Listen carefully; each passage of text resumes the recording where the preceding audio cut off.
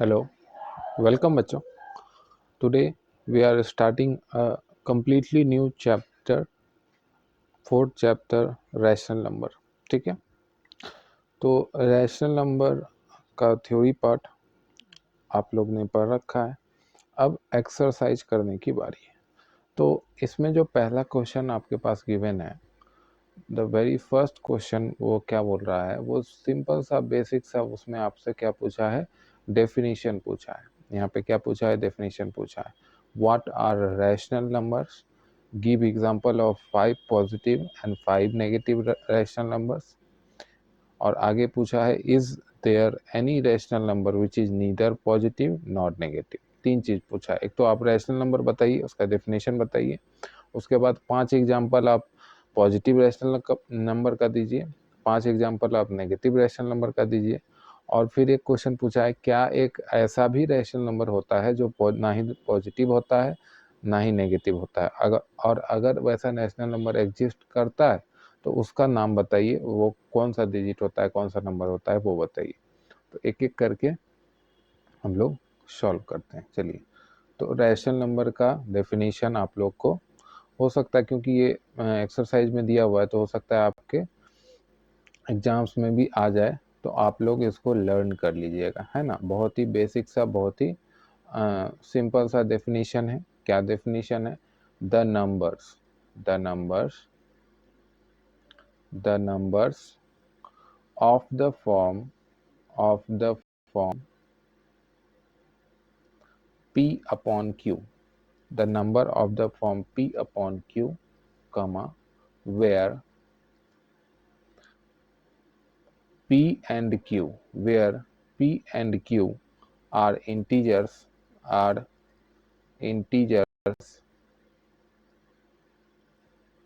and q not equal to 0 are called rational numbers.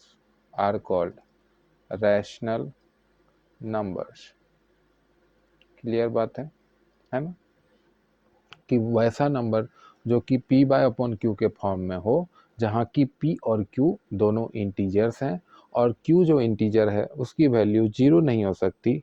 अगर ऐसा कोई नंबर आपको मिलता है तो हम उसे क्या बोलेंगे, रैशनल नंबर बोलेंगे. ठीक है. अब हमें देना है 5 एग्जाम्पल पॉजिटिव रैशनल नंबर का और 5 एग्जाम्पल नेगेटिव रैशनल नंबर का. तो वो भी बहुत ही सिंपल सा चीज़ है. तो देखिए, example of 5 positive rational number, 5 positive rational numbers. ठीक है. देखिए, 5 पॉजिटिव रैशनल नंबर कौन कौन सा हो सकता है. तो देखिए, 5/7 हो सकता है.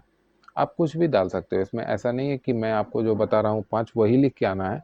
आप भी अपने मन से कोई भी 5 rational number, positive rational number लिख सकते हैं. ठीक है. तो जैसे 5/7 हो गया, 7/9 हो गया, 8/9 हो गया. ठीक है. उसके बाद 1/5 हो गया और एक 2/7 हो गया. क्लियर बात है. ठीक है. अब देखिए, आगे है एग्जाम्पल.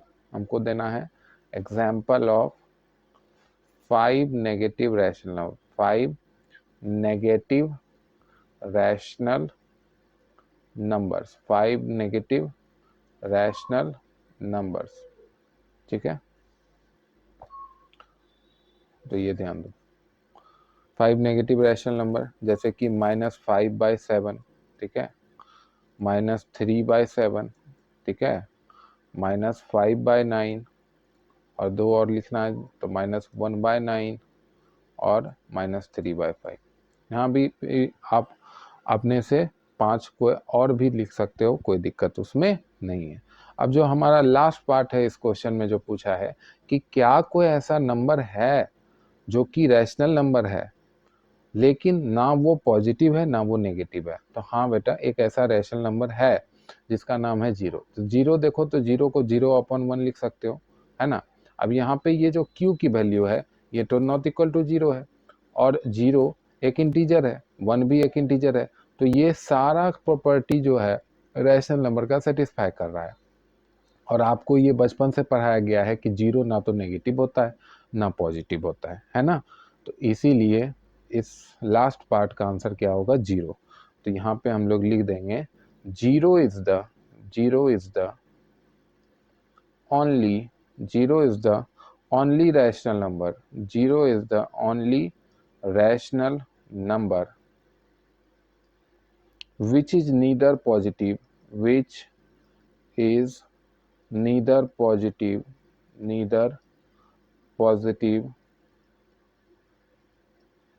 nor negative। यानी कि जीरो ही एक ऐसा रैशनल नंबर है जो ना कभी पॉजिटिव होता है और ना कभी नेगेटिव होता है। अब चलिए सेकेंड क्वेश्चन की तरफ। सेकेंड क्वेश्चन भी बहुत ही सिंपल सा क्वेश्चन है। पहला एक्सरसाइज बहुत ही सिंपल है, ठीक है। Which of the following are rational number. आपके पास सेकेंड क्वेश्चन में ढेर सारा क्वेश्चन दिया हुआ है, सब क्वेश्चंस हैं, उसमें हर एक में एक रैशनल नंबर दिया हुआ है और आपको बताना है क्या ये रैशनल नंबर है कि नहीं, ठीक है। तो देखिए पहला पार्ट में जो नंबर दिया हुआ है वो है 5/-8। अब इसमें ध्यान रखिएगा रैशनल नंबर्स के केस में डिनोमिनेटर में नेगेटिव है या न्यूमरेटर में नेगेटिव है, इससे फर्क पड़ता है। क्योंकि आपने जो है standard form of rational number पढ़ चुका होगा अभी तक। तो standard form of rational number क्या बोलता है कि कोई भी रैशनल नंबर स्टैंडर्ड फॉर्म में तभी होगा जब उसका डिनोमिनेटर पॉजिटिव होगा, है ना। तो इससे फर्क पड़ जाएगा यहाँ, जैसे कि फ्रैक्शन में इससे फर्क नहीं पड़ता था कि डिनोमिनेटर में आप नेगेटिव लिख रहे हो या न्यूमरेटर में आप नेगेटिव लिख रहे हो। अगर कहीं भी लिखा हुआ रहता था तो हम लोग उसको ऊपर या नीचे मान सकते थे, लेकिन यहाँ पे फर्क पड़ जाता है। तो अगर नीचे में लिखा हुआ है तो वो एक नॉन स्टैंडर्ड रैशनल नंबर है, और अगर ऊपर में है तो वो एक स्टैंडर्ड रैशनल नंबर है। यानी कि एक स्टैंडर्ड रैशनल नंबर में कभी भी नेगेटिव डिनोमिनेटर नहीं होगा, इस बात का ध्यान रखिए। तो पहला जो क्वेश्चन है 5/-8, तो 5/-8 एक रैशनल नंबर है कि नहीं। देखो भले ये स्टैंडर्ड फॉर्म में नहीं है लेकिन ये एक रैशनल नंबर तो है, p/q के फॉर्म में है, और नीचे जो डिनोमिनेटर है यानी q की वैल्यू है वो एक नॉन जीरो वैल्यू है ना। जीरो नहीं होना चाहिए ना, नेगेटिव के बारे में तो हमको कुछ नहीं बोला था। तो yes it is a rational number. फिर इसी में सेकेंड पार्ट देखिए, सेकेंड पार्ट में क्या बोला है, -6/11, ठीक है। तो -6/11 तो रैशनल नंबर है ही, p/q के फॉर्म में है और q की वैल्यू जीरो नहीं है, तो इसमें ज्यादा बात ही नहीं करना है। थर्ड पार्ट देखिए, थर्ड पार्ट में जो नंबर दिया हुआ है वो है 7/15, ठीक है। तो ये भी एक p/q के फॉर्म में है नंबर, है ना। 7/15 p/q के फॉर्म में है, जहां पे q की वैल्यू जीरो नहीं है, 15 जो तो जीरो नहीं है ना बेटा। तो ये भी एक रैशनल नंबर है ना। बहुत ही सिंपल सा क्वेश्चन है। फोर्थ क्वेश्चन देखिए, -8/-12। कोई बात नहीं सर, ये भी -8/-12 है, ये भी p/q के फॉर्म में है। क्यों? क्योंकि q की वैल्यू जो है -12 है, माइनस है लेकिन जीरो तो नहीं है। हमारे डेफिनेशन में, रैशनल नंबर के डेफिनेशन में हम लोग ने क्या पढ़ा था कि p/q के फॉर्म में होना चाहिए लेकिन q की वैल्यू जीरो नहीं होनी चाहिए। लेकिन यहाँ पे q की वैल्यू तो जीरो है नहीं, इसलिए ये एक रैशनल नंबर है, ठीक है। फिफ्थ पार्ट देखिए, फिफ्थ पार्ट में जो नंबर आपके पास गिवन है वो है 6। फिफ्थ पार्ट में जो नंबर गिवन है वो है 6। तो 6 को आप 6/1 लिख सकते हो, कोई दिक्कत नहीं है। ये आपको बहुत ही अच्छे से अंडरस्टूड होगा, फ्रैक्शंस के चैप्टर में ही ये कॉन्सेप्ट पढ़ा दिया जाता है। तो 6/1 को तुम एक रैशनल नंबर की तरह सोच सकते हो कि p/q के फॉर्म में है और q की वैल्यू जीरो नहीं है, डिनोमिनेटर की वैल्यू जीरो नहीं है ना बेटा, q की वैल्यू क्या है, 1 है। तो इसीलिए ये एक क्या है, रैशनल नंबर है। तो 6 is also a rational number, तो यहाँ पे भी हम यस लिख देंगे। अब आ जाते हैं सिक्स्थ पार्ट पे। सिक्स्थ पार्ट पे जो नंबर दिया हुआ है वो है, क्या दिया हुआ है, -3। क्या दिया हुआ है, -3। तो यहाँ पे सिक्स में देखो -3। तो -3 जो है बेटा, तो -3 को आप -3/1 लिख सकते हो कि नहीं, -3/1 लिख सकते हो कि नहीं। p/q के फॉर्म में है, p और q दोनों इंटीजर है, -3 भी एक नेगेटिव इंटीजर है लेकिन है तो इंटीजर ही, और q भी एक इंटीजर है, और q की वैल्यू यानी डिनोमिनेटर की वैल्यू जीरो नहीं है। तो ये सारा चीज, सारा कंडीशन रैशनल नंबर का सेटिस्फाई कर रहा है, इसीलिए -3 भी बेटा एक क्या है, एक रैशनल नंबर है। तो यहाँ पे भी हम लोग यस लिखेंगे। फिर 7th पार्ट में आइए, 7th पार्ट में जो नंबर आपको गिवन है वो है 0। ये तो हम लोग ने अभी पढ़ रखा है, यहाँ देखो लिखा हुआ है 0 is the only rational number, yes it is a rational number, ठीक है। 8th पार्ट में आइए, 8th पार्ट में देखिए क्या बोला है। 8th पार्ट में बोला है 0/1। अच्छा ध्यान देना, बहुत ही ट्विस्ट करके ये दिया है। पहले आपको 7th पार्ट में 0 दिया और 8th पार्ट में 0/1 दिया। एक्चुअली में दोनों चीज एक ही चीज है, बस एक ही चीज को दो तरीके से लिख के दिया है। 0 को हम लोग 0/1 लिख सकते हैं ना। हाँ, तो 0 अगर रैशनल नंबर है तो 0/1 भी एक रैशनल नंबर है, ठीक है। अब इसमें एक और ट्विस्ट करके दिया है। अब आप कन्विंस हो गए होंगे कि 0/0 अगर देगा तो भी रैशनल नंबर होगा। जैसे वो 9th क्वेश्चन देखो क्या दिया है। 9th क्वेश्चन में देखो, यहाँ पे देखो 9th क्वेश्चन में क्या दिया है, 1/0। अब ये ध्यान दो, यहाँ पे बच्चे जो है बहुत ज्यादा एक्साइटेड हो जाते हैं, उनको लगता है ये दोनों तो यस था तो इसमें भी यस ही होगा। पर आपको डेफिनेशन तो चेक करना चाहिए बेटा। यहाँ पे देखिए ये P/Q के फॉर्म में ठीक है, 1 और 0 इंटीजर है, ठीक है, सब बात ठीक है। लेकिन Q के बारे में एक बात था ना, Q मतलब कि डिनोमिनेटर के बारे में एक बात बोला गया था ना कि Q की वैल्यू 0 नहीं हो सकती, डिनोमिनेटर की वैल्यू 0 नहीं हो सकती। लेकिन यहाँ पे देखो 1/0 लिखा हुआ है, डिनोमिनेटर में 0 कैसे आ गया? और डिनोमिनेटर में अगर 0 आ गया तो ये रैशनल नंबर नहीं हो सकता। तो इसीलिए यहाँ पे हम लोग नो लिखेंगे। इसी तरीके से जो लास्ट पार्ट है 10th पार्ट, उसमें लिखा है 0/0, तो 0/0 भी एक रैशनल नंबर नहीं होगा, है ना। और एक बात और याद रख लीजिए कि 0/0 ये एक अनडिफाइंड वैल्यू होता है, ये एक नंबर नहीं होता है, ठीक है। ये भी बात आप ध्यान रख सकते हैं। आगे का इस पे मोर डिटेलिंग में आप 11th में एक चैप्टर आएगा लिमिट्स कैलकुलस में, उसमें आप पढ़िएगा, ठीक है। अब आते हैं थर्ड क्वेश्चन की तरफ। थर्ड क्वेश्चन में देखिए क्या इंस्ट्रक्शन गिवन है, write down the numerator and the denominator of each of the following rational number. आपको जितना भी रैशनल नंबर 1 2 3 4 क्वेश्चन में दिया हुआ है उसका आपको डिनोमिनेटर और न्यूमरेटर दोनों बताना है।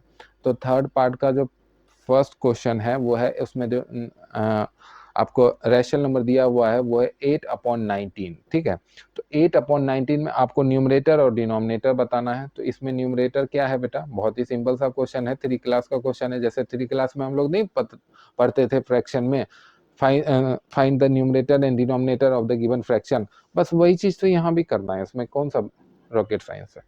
तो यहाँ पे न्यूमरेटर क्या है 8 और डिनोमिनेटर क्या है 19। डिनोमिनेटर क्या है, इसको अच्छे से लिख लेंगे। यहाँ पे डिनोमिनेटर क्या है 19, डिनोमिनेटर इज 19। ऐसे ही सेकेंड पार्ट में देखो, सेकेंड पार्ट में क्या नंबर दिया हुआ है, सेकेंड पार्ट में लिखा हुआ है 5/-8, ठीक है। तो यहाँ पे न्यूमरेटर क्या है 5, न्यूमरेटर क्या है 5, डिनोमिनेटर क्या है -8, डिनोमिनेटर क्या है -8, -8। क्लियर बात है। थर्ड पार्ट में देखिए क्या नंबर दिया हुआ है, थर्ड पार्ट में आपको गिवन है -13/15, -13/15। तो इसमें न्यूमरेटर क्या है -13, न्यूमरेटर क्या है -13 और डिनोमिनेटर क्या है बेटा, डिनोमिनेटर है, डिनोमिनेटर क्या है 15, डिनोमिनेटर क्या है 15, ठीक है। चलिए तो हम लोग आ जाते हैं नेक्स्ट पेज में, जस्ट अ मिनट।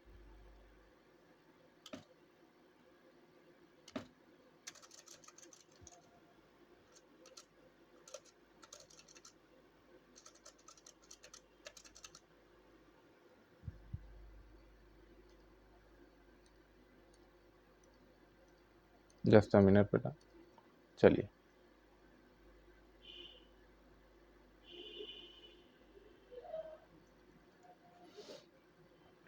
अब इसी का थर्ड क्वेश्चन का फोर्थ पार्ट करते हैं। फोर्थ पार्ट में देखिए क्या बोला है, फोर्थ पार्ट में जो नंबर गिवन है वो है -8/-11, ठीक है। इसमें न्यूमरेटर आपको बताना है और डिनोमिनेटर बताना है। तो न्यूमरेटर इसमें क्या है बेटा -8, डिनोमिनेटर इसमें क्या है, डिनोमिनेटर क्या है -11। क्लियर बात है। फिफ्थ पार्ट देखिए, फिफ्थ पार्ट में क्या बोला है, फिफ्थ पार्ट में क्या बोला है, ध्यान दीजिए। फिफ्थ पार्ट में बोला है, जो नंबर दिया हुआ है आपको 9, तो इसमें न्यूमरेटर क्या होगा, 9 को आप 9/1 भी तो लिख सकते हो, तो न्यूमरेटर हो गया 9 और डिनोमिनेटर हो गया 1। डिनोमिनेटर क्या हो गया, 1। क्लियर है। फोर्थ क्वेश्चन पे आइए। फोर्थ क्वेश्चन में क्या बोला है देखो, right each of the following integers, write each of the following integers, write each of the following integers as a rational number। अरे ये क्वेश्चन क्यों लिख रहे हैं, सॉरी। देखो इसमें फोर्थ क्वेश्चन में क्या इंस्ट्रक्शन गिवन है कि each of the following integer as a rational number, आपको एक एक इंटीजर दिया हुआ है, उसको आपको रैशनल नंबर के फॉर्म में पूरा एकदम एक्सप्लिसिटली दिखाना है। हाँ, वो भी इंटीजर भी एक रैशनल नंबर है, लेकिन दिखाना है कि वो रैशनल नंबर है, यानी कि उसमें न्यूमरेटर और डिनोमिनेटर दोनों आपको विजिबल होना चाहिए, वैसा फॉर्म में आपको लिखना है। तो इसमें देखो पहला पार्ट में 5 दिया हुआ है, ठीक है। तो 5 को आप एक रैशनल नंबर कैसे दिखाओगे, 5/1, ठीक है। और इसमें आपको न्यूमरेटर क्या है, डिनोमिनेटर क्या है, वो भी बताना है। तो इसमें न्यूमरेटर क्या है सर, तो इसमें न्यूमरेटर 5 है। डिनोमिनेटर क्या है, डिनोमिनेटर क्या है बेटा, तो डिनोमिनेटर है 1, ठीक है। अब सेकेंड पार्ट में आ जाइए। सेकेंड पार्ट में जो नंबर है आपका -3, ठीक है। तो -3 को -3/1 लिख सकते हैं। इसमें न्यूमरेटर क्या है, इसमें न्यूमरेटर है -3 और डिनोमिनेटर क्या है, तो डिनोमिनेटर है 1। डिनोमिनेटर क्या है, 1, ठीक है। आ जाइए थर्ड पार्ट की तरफ, ठीक है। थर्ड पार्ट में बोला है 1, ठीक है। तो 1 को 1/1 लिख सकते हैं कि नहीं, तो न्यूमरेटर क्या है इसका, न्यूमरेटर क्या है 1। डिनोमिनेटर क्या है इसका, डिनोमिनेटर क्या है 1, ठीक है। फोर्थ क्वेश्चन देखिए, फोर्थ क्वेश्चन में लिखा है 0, तो 0/1, 0 को 0/1 लिख सकते हैं। न्यूमरेटर क्या है इसमें, न्यूमरेटर हो गया 0 और डिनोमिनेटर क्या हो गया, डिनोमिनेटर हो गया 1। डिनोमिनेटर क्या हो गया 1। क्लियर है। अब इसी का लास्ट पार्ट देख लीजिए, फोर्थ क्वेश्चन का। फिफ्थ नंबर में दिया हुआ है -23, तो -23 को मैं कैसे लिख सकता हूँ, -23/1। इसमें न्यूमरेटर क्या हो जाएगा, इसमें न्यूमरेटर हो जाएगा -23 और डिनोमिनेटर क्या हो जाएगा, इसमें डिनोमिनेटर क्या हो जाएगा 1, ठीक है। चलिए